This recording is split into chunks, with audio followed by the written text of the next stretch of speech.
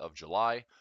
Let's kick things off with a risk disclaimer. We understand there's risk in trading. Please and always use trade capital only. Do not trade with money you cannot afford to lose, whether you're trading stocks, options, futures, forex, cryptos. You know the risks. If you're following me out there on social media, these are the real channels. YouTube.com/Chris Pulver, Facebook, Instagram, Twitter, Twitch, and TikTok. Real Chris Pulver. No misspellings, no direct messages, no solicitations, none of that nonsense. If that happens, please make sure you block and flag those accounts because they're probably scammers. All right, let's get into trading. Happy Friday, everybody. If you're out there typing a wire, yes, everything's coming through loud and clear. Let's see who's in the house. And let's kick things off. S&P E-mini futures up this morning by about 1%. Jumping into the YouTube session right now. Give me a second. All right. By about 1%. Perfect. Morning, Chris. Good morning, Don. Morning, everybody. Morning, David. All right, currency strength chart. This was yesterday, was all dollar, then came back to finish the day. Today's currency strength, we've got Swiss and Euro on top, New Zealand. Pretty quiet volatility overall. Dollar getting hit to the downside, which I'm not complaining about. Aussie off the lows, back up into baseline. JPY was strong, coming back down into weaker. So we have JPY, pound, and dollar on the weak side this morning. Aussie, CAD, Euro, Swiss, and New Zealand on the upside. But vertical axis still pretty soft. So not a ton of volatility to wrap up today, but the day is not done. And we did have a pretty crazy week. CPI data came out on Wednesday. We had rate decisions from the RBNZ, rate decision from the BOC. Both of them raised rates. All eyes on the Fed for the end of the month, which was quite the interesting change. We now have a 51.7% probability that the Fed is going to raise rates by 1% at the end of the month. One thing I'm looking for is the targeted rate for the ECB. Their rate decision is coming out next week. Let's see if it's on Forex Factory. There's the calendar. Let's go to this week and anything pressing this morning. Retail sales for the U.S. were positive. We have consumer sentiment at 10 a.m., which has been printing terrible readings in data for the last couple of months. I mean, we're seeing just lower and lower consumer sentiment overall. So at some point, the shift in consumer sentiment will be a good thing, and we'll see how price reacts according to that. Going into next week's trading, let's look high impact. Let me filter this a little bit. Let's take away the low impact news. There we go. So Bank of England, RBA speaker, monetary policy from RBA, CPI news out of New Zealand. That'll be Sunday evening, right when the market opens. CAD CPI. Okay, that'll be Wednesday. Bank of Japan, policy statement and outlook. That's also a rate decision for the BOJ on Wednesday the 20th. And, oh my Lanta, check it out. The ECB main refinancing rate forecasted for a 25 basis points hike. Oh boy, they're coming off a zero, ladies and gentlemen, for the first time in a decade. We'll see if they push through with it. I hope that they will, because the fact of the matter is, I think there's some really good technical alignments on some euro weakness. Or I should say, the euro has been weak, so I'm looking at technical alignments for a little euro squeeze or a little recovery. And ECB press conference with Christine Lagarde getting pushed back to 8:45. But we'll see if they come off a zero. If they surprise the upside at 0.5, that would actually be great. We did see a surprise this week on the BOC. They raised 1% instead of 0.75. If the Fed is looking to raise 1%, that'll be the 27th. Then we have PMI numbers coming out of the Eurozone on Friday. So next week, all eyes on the Euro, all eyes on the ECB. That's going to be Thursday. PMI numbers on Friday. Bank of Japan will also have an interesting setup to see what are they saying. They're going to stay super weak and still just print to oblivion, buy every Japanese government bond in the world, or is there a end to that? And is the market kind of calling that bluff at some point when they're trying to protect those yields? So we shall see. All right. Today, we have a lot of expirations and equities on demand, class at 10 o'clock. And we'll just review a lot of our expirations, a lot of covered calls. I know that I have, let's go to my notes, which I've been taking tons of notes this week. So my job today is going to be go through this entire list. Let me keep going. So all of these stocks right here to see what I have to do, and all these stocks right here, and all of these stocks right here. So that'll be my day.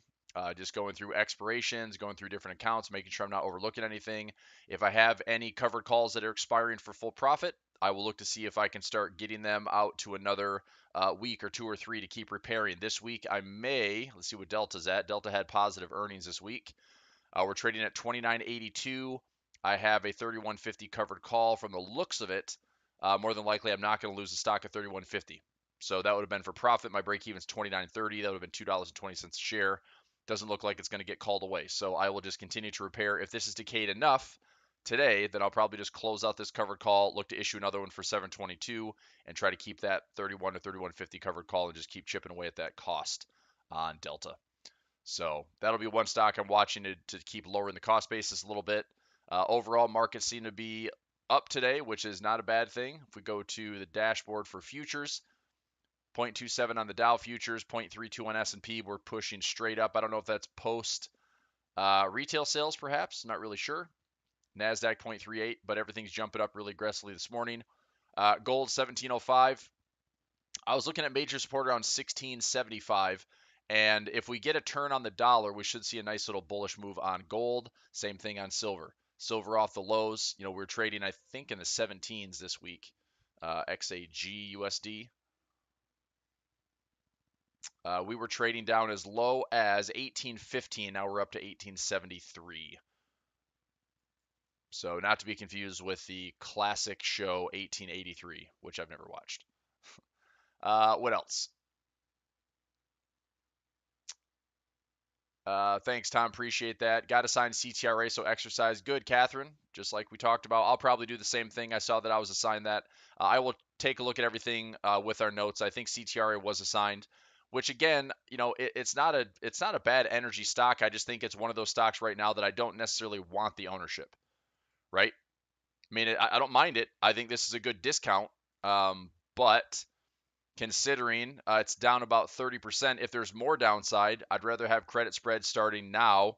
Let's go out another 2, 3, 4 months, stagger those credit spreads. And if we want to take ownership, let's see if we can own it here. If I lose the 50 cents today and we do two or three more credit spreads and we win on those, well, we'll end up walking away with probably $1.50 profit. So I think you did it right. That's probably what I'm going to do today as well.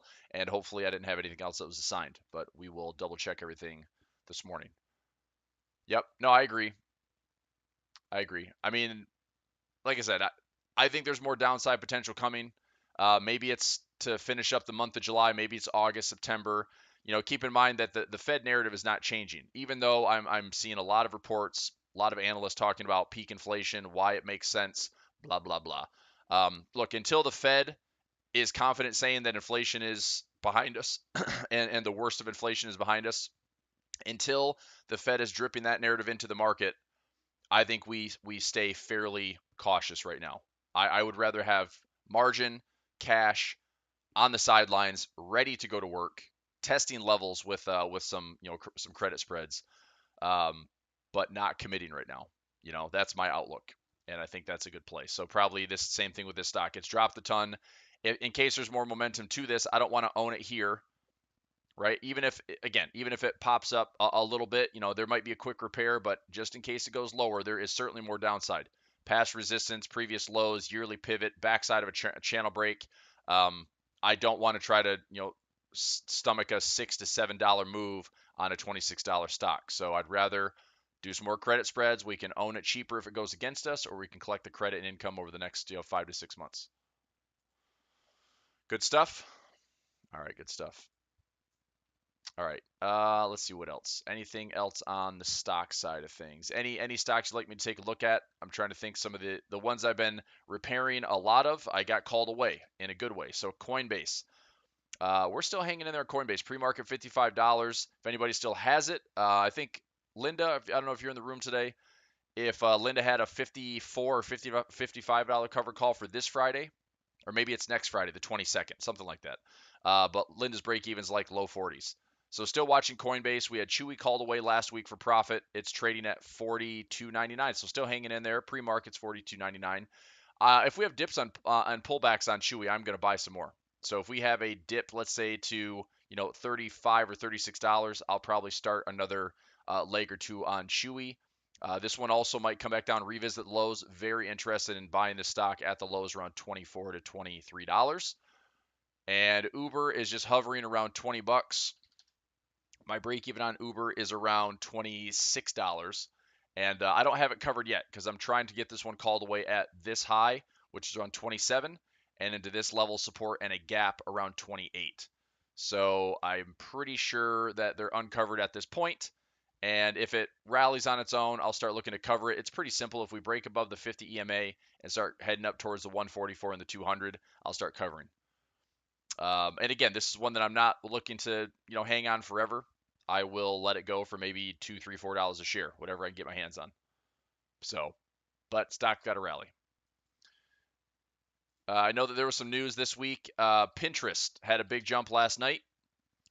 Pre-market's 20.07, trading from 1756. I don't know if this means a big trend shift at all. It could just be a little bump to the upside. We could be oscillating, but Pinterest, another one. We start making some waves above this 50 EMA, gravitate back up to rebalance in some of these EMAs up here, maybe into the mid 20s if we have some more momentum. Another one that got a boost this week. MARA jumped up last week. We're at $8.20. We do have some credit spreads on this one. And Riot, I know we have a credit spread on this one, but it was a 7x6 that expires today. Unless this thing jumps up big time, we'll end up taking a loss on that one for a credit spread. No big deal. What else jumped up? Netflix had a big pop. Well, it was supposed to. Now it's at 176. Doesn't really matter. We did a deeper in the money credit spread, 180 by 175, and I think we pushed it out to December and January. But we are going to take a loss. I was assigned Netflix this week. Ended up taking a loss for 250. So again, better than owning Netflix at 225, even though the break even. I'm curious what that break even was because we closed like a 45.50 put. So what would have been the break even if I did 225 minus 45.50 minus 2.50? I mean, the truth of the matter is I could have taken ownership of Netflix at 177. I mean, I know legitimately I could have repaired that stock. The problem was it tied up about $20,000 in margin. So that's what I didn't want, is just dump all my margin and try to repair it. I mean, if Netflix were to drop and go lower, I can't repair it that quickly. So although I do think that 177, you could literally come in and sell a 177 call and probably collect $1 or $2 or $3. In fact, I'm curious. I won't know for 15 minutes, but I wouldn't be surprised if that covered call pays like $2 to $3. I mean, heck, last week on Meta, I bought the shares at 166. I bought the shares at 166. I sold a 170 call and collected like $7 or $8 on it. So I mean, my break even on Meta is like 159 right now. So I'm actually in profit. So anyway, it's just there's some premiums out there on some of these tech stocks. I know it's expensive. If you don't have the cash for some of these expensive stocks, then just do fractional shares. There's a nice little falling wedge on Meta, which I think if tech has recovery, if sentiment starts to shift, if the Fed narrative is a little bit more clear for the market to price in, then Meta is probably going to rebound nicely. Netflix will probably rebound nicely. Other stocks that have been beat up, not all of them, but some of them will respond nicely. What I'm also curious to see is what sectors perform well.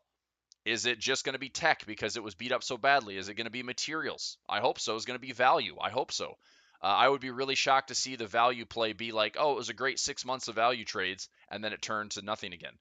We had some great runs on stocks like CLF and X, which again, I want to take some small losses this week. I'm looking at credit spreads out in the distance. We'll take ownership of stocks later, right, over the next couple of months, because if it keeps going down, let's have that long put still working for us. If it stabilizes, we'll make some money on the income with the credit spreads. If we're more bullish and more optimistic, then we can start adding more trades like long calls and buying shares. But right now, I'm just not trying to tie up any of my margin. Okay. Mostly focused watching dollar yen. Okay, let's take a look at dollar yen. Dollar yen trading at 138.64. Our high, this is from yesterday actually. The high was 139.43. Did anybody see the dollar CAD yesterday, by the way? Dollar CAD, look at this bad boy. This was I was watching this on my MetaTrader 4 chart on a 1 hour time frame, and man, lots of volatility here. So we had another 8 to 9 hours straight up on the dollar CAD. It just kind of, I mean, I didn't really pinpoint 132.20 as like this major resistance level. And I don't know. I mean, look at it. It's not the yearly pivot. It's through this past support. So what exactly was the turnaround point? I don't really know. But that was a lot of volatility intraday to see, 8 to 9 hours that were straight up, right? Straight up and straight up, and then a little bear flag, and it's coming back down to completely eradicate that move from yesterday. So I was looking at this from our trading room from Flex yesterday. I said, look, if we bounce off of this past resistance becoming support, I'm a fan of looking long again and putting a stop loss down here. Where we are sitting right now, I wouldn't take that trade. I would need to see the bulls come back and recover this high, then look for a stop loss and see if we want to come back and retest that high. But if we continue to go lower with this high, low flag and coming back down, one thing we haven't done, we have a series of lows. We have a series of higher lows. Are we going to create another series of higher lows here? Is this going to be like the choppiest channel to the upside where it continues to make higher highs, but just in a very volatile fashion? Not sure. So anyway, it's just a lot of volatility. I mean, I want to put the pips in here. So this thing jumped up over 200 pips. That was 250 pips to the upside. And even in the same day, 250 pips up to only 127 pips up. So that was a big move to the upside and a drop of about 120, 130 pips. A lot of volatility. Dollar CAD. Let's take a look at oil. Oil is at 98.07. Let's go to the daily time frame. Look at CL, which is crude oil futures. Interesting jump on oil. Is this symmetry that we talked about? I feel like it's got to be pretty darn close. I did put it on the chart. My corrective symmetry is this blue line, and we are just shy of that. So we'll see if it still settles in. There might be a little bit more to the downside here. High to low, high to low, high to low, maybe a little bit more high to low. If we find that corrective symmetry on oil, that's around $87, $88. We find that level and we break a trend line, I think that oil can still stay relatively supported between, $90 and $85. I think oil is probably going to be in a range of some sort, but that range could be aggressively testing lows and possibly even aggressively testing highs. Okay. But that did have a big effect. I mean, I think that U-turn we saw in oil probably helped the CAD a little bit.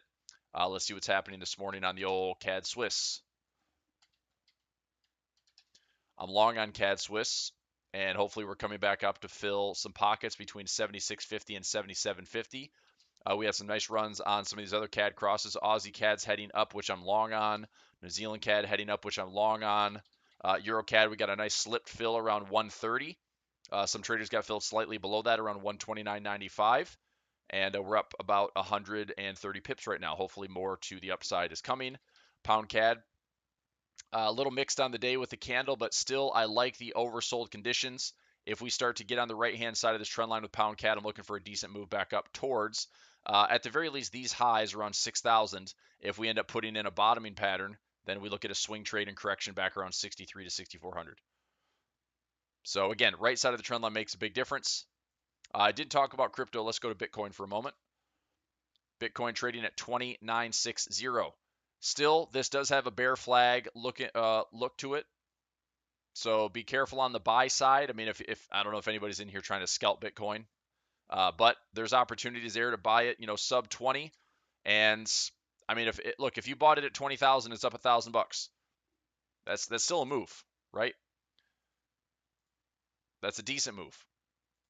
But I don't know if anybody's that active. Otherwise, if it's a bear flag, we still haven't broken the trend line. I still need to see if price will either break the trend line, start getting back into these pockets around 28,000, or if time will just let it go further to the right. We break this trend line, we stay based around 20,000.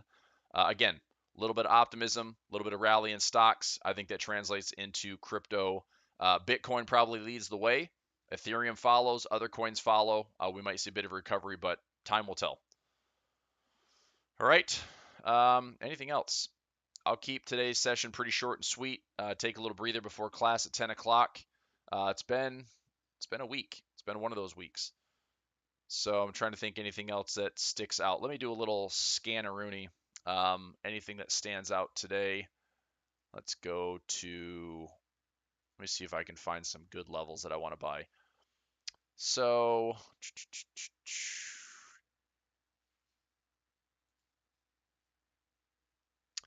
yeah, I have the same list. Green Hill, Halliburton, Greenbrier, Imperial Oil, Murphy Oil, Vanek, Orange Telecommunications. There's a list of stocks that I'm pretty interested in looking for. We'll talk about those today in Equities on Demand. We'll talk about them next week, maybe setting up some trades. Again, a lot of testing, a lot of credit spreads, watching the currency strength chart. Getting ready for next week. I think, again, this week was a wild week with CPI data, two rate decisions, one surprise. Actually, let's go back to the calendar really quickly. I feel like RBNZ surprised too, didn't they? Nope, they were on pace at 50 basis points as expected, but they're going to raise probably another 50 basis points in August if they have a rate decision. They're going to continue to stay fairly hawkish and continue to raise rates. BOC surprised with that 1% versus 0.75. All eyes on the ECB next week, like I said, on Thursday. I hope they do it. I mean, honestly, it's like you can't sit here and look at the entire world of central banks raising rates and have the ECB like, well, we talked about it, but we're not going to do it just quite yet. It's like, just raise rates, man. Because the one thing that I do like technically is I mean, if it's the last to raise rates, that's fine, but will the market start pricing in a bit of a rate hike cycle for the Eurozone? Euro dollar sitting at parity is a big deal. Does that mean that euro dollar parity holds? We're trading at 1.0060 right now. If we start to see a euro rate hike cycle getting priced in, again, I know there's a Russia-Ukraine war going on. I know Eastern Europe and energy crisis. I get it. But technically speaking, with this bar count, I'm looking for the euro dollar to make its way back up into 107 to 108. Now, whether that's a straight up move or that's a wave cycle, doesn't matter. But I'm looking for this to be, and probably profit taking at parity too. I mean, there's a couple things that could help this jump to the upside. Profit taking, overcrowded trade, retail crowds, trying to short lower than parity, and we get a bit of a relief rally and squeeze. We have pockets like crazy to 103.50. We have EMA bar counts back to 108. So I could see a pretty nice recovery on the euro dollar just because it is currently a fairly oversold and crowded position. But we'll find out. Will they raise rates? Will they surprise the upside with a 0.50 instead of 0.25? Christine Lagarde can come out swinging. We'll see.